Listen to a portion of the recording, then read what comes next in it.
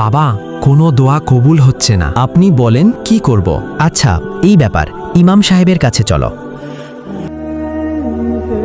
আসসালামু আলাইকুম। ওয়ালাইকুম আসসালাম। কি হয়েছে? আমার ছেলের কোনো দোয়া কবুল হচ্ছে না, কি করব? আপনার ছেলেকে একদিনের জন্য আমার কাছে দিয়ে যান, সব ঠিক হয়ে যাবে। ঠিক আছে।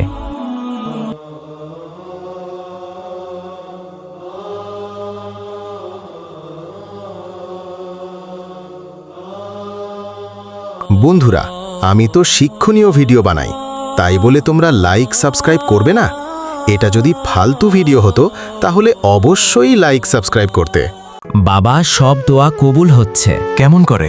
বাবা, ওই যে ইমাম সাহেব আমাকে অজু করা শেখালো, সুন্দর করে অজু করা শিখে আমি তখন আল্লাহর কাছে চাইলাম, পৃথিবীর সবাইকে 5 ওয়াক্ত নামাজি বানাও, হালাল রুজির ব্যবস্থা করো, আর আমার বাবাকেও আল্লাহ তুমি 5 ওয়াক্ত নামাজি বানাও।